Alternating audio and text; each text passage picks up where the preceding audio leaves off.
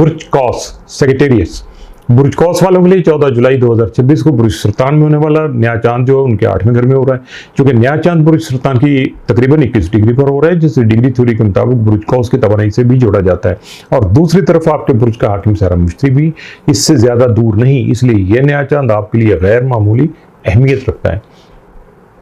8वां घर गुर्बत, जज्बाती वाबस्तगी, नफ्सियाती तब्दीली, बातनी बेदारी, शरीक हयात या शरीक कारोबार के मामलात,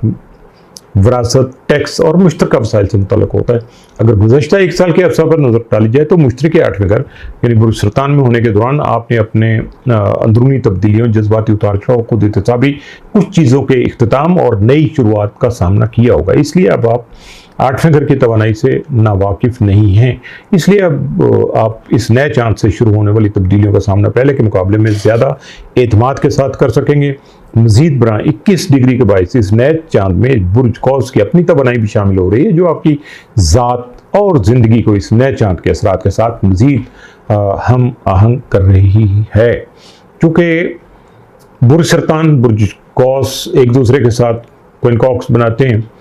जिसे हिंदी एस्ट्रोलॉजी में षडाष्टक योग कहते हैं। इसकी खासियत ये होती है कि हालात व वाक़यात अचानक बदलते हैं, आपको पहले से अंदाज़ा नहीं होता कि हालात क्या रुख इख्तियार करने वाले, लेकिन जब तब्दीलियाँ आती हैं तो आप जज्बाती तौर पर उन्हें बहुत गहराई से महसूस करते हैं। इसीलिए इस नए चांद के दौरान सबसे ज़्यादा ज़रूरी बात यह है कि आप अपने एहसासात को नज़रअंदाज न करें, बल्कि उन्हें संजीदगी से समझने की कोशिश करें। नए चांद के दौरान आपका बुर्ज का जो हाकिम सारा मुश्तरी है प्लूटो के साथ पोजीशन बना रहा है। इससे मालूम होता है कि आप इस वक्त 2 मुख्तलिफ सिमतों के दरमियान में फंसे हुए हैं।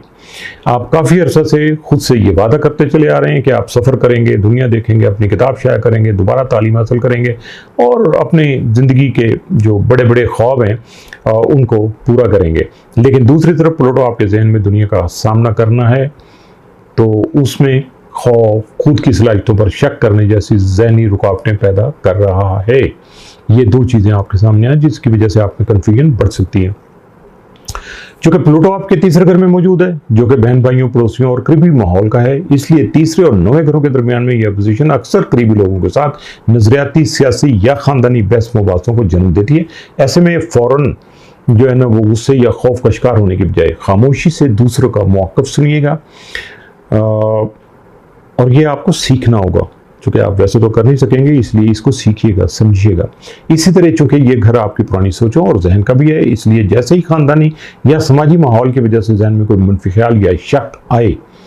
तो इस पर वक्त ज़ाया करने के बजाय अपना ध्यान जो है ना वो बटा लीजिएगा, कन्वर्ट कर लीजिएगा और तीसरे घर की असल ताकत यानी कुछ नया सीखने पर तवज्जो फोकस कीजिएगा। और अगले 1 साल के दौरान अपने बड़े ख्वाबों को पूरा करने के लिए कोई मुख्तसर कोर्स या नई स्किल जो है वो सीखना शुरू कर दीजिएगा। दूसरों की तहजीब और कल्चर को समझने के लिए सफ़र करने की जो है ना वो प्लानिंग कर लीजिएगा और अपने इन तजुर्बात को किताब या इंटरनेट पर वीडियोस की शक्ल में दुनिया के सामने लाइएगा। अब वक्त आ गया कि आप अपनी पुरानी सोचों को अलविदा कहें, अपने महदूद दायरे से बाहर निकलें और दुनिया को एक मुस्बत जाविये से देखना शुरू करें। 4 जुलाई को मरीख और यूरेनस आपके 7वें घर में चूँकि क्रांत करके आए हैं, जिसके असरात अब भी माहौल में मौजूद हैं। इस दौरान नए चांद के दौरान आपके 8वें घर रेट्रोग्रेड अतारद सूरज के बहुत करीब मौजूद है, जिससे जाहिर होता है कि आपके बहन भाइयों, शरीक हयात, बिजनेस पार्टनर और करीबी रिश्तों से मुतल्लिक पुरानी तलखियाँ और पुराने मसाइल अचानक जो है ना वो भड़कते हुए सामने आ सकते हैं और कोई गैर मुतवक्को तनाज़ा खड़ा हो सकता है। चूँकि 8वें घर का ताल्लुक दूसरों के पैसे, दूसरों के माली मामलात, मुश्तरका वसाइल और विरासत से होता है, इसलिए ख़ानदानी या कारोबारी तनाज़ात का असर आपके माली मामलात और ज़हनी सुकून पर पड़ेगा। और ये ख़ासतौर पर उस सूरत में ज़्यादा शिद्दत के साथ आएगा जब आपकी पैदाइश बुर्ज कौस की इब्तदाई डिग्रियों पर होगी। तो पिछले दिनों 7वें घर में मरीख और यूरेनस का जो कुरान है, 10वें घर में जोरा साउथ नोड का कुरान और चौथे घर में नॉर्थ नोड से बनने वाली जो अपोजिशन है, उसकी वजह से आपके घर और ख़ानदान के मामलात में कशीदगी इस हद तक बढ़ सकती है कि आप ऑफिस के काम और पेशा वराना जिम्मेदारियों में बिल्कुल दिल न लगे। बाज़ लोगों को इस शदीद जहनी दबाव की वजह से अपने काम से कुछ वक्त के लिए वक्फा कर लेना चाहिए, यानी अपने आप को थोड़ा ब्रेक लेकर रिलैक्स करना चाहिए। चूँकि 8वां घर लाशोर में दबे पुराने जज्बाती ज़ख्मों का भी होता है, इसलिए अपने इस जज्बाती दबाव को कम करने, रिश्तों को टूटने से बचाने और इन पेचीदा मसाइल को हल करने के लिए आप किसी थेरेपिस्ट या एस्ट्रोलॉजर से मदद और पेशा वराना रहनुमाई जो है वो हासिल कर सकते हैं। दूसरी तरफ देखा जाए तो आठवें घर का गहरा ताल्लुक माली जिम्मेदारियों को मुनज़्ज़म करने से भी है, इसलिए नए चांद के दौरान आप अपने पुराने बिल जो है अदा करने, टैक्स के मामला और किसी भी किस्म के वाजिबुल अदा जो कर्जे हैं उनको भी मैनेज कर सकते हैं।